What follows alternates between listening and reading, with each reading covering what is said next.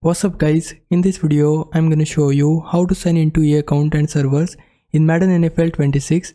If you're trying to play Madden and you keep getting that message saying you can't sign into EA servers, even after restarting the game, checking your Wi-Fi or rebooting your console, there's one fix that usually works when nothing else does. Go to the EA website, open your account security settings and temporarily turn off the two-step login verification.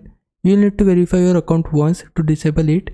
But once it's off, go back to Madden and try signing in again. Most of the time, it connects right away. If it still doesn't work, try a few extra things.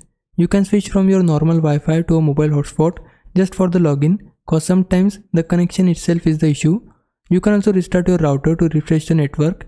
Another thing that helps is logging out of your EA account on any other device that might be signed in. And if you're on console, doing a full power cycle or clearing the game's cache can sometimes reset whatever's blocking the connection.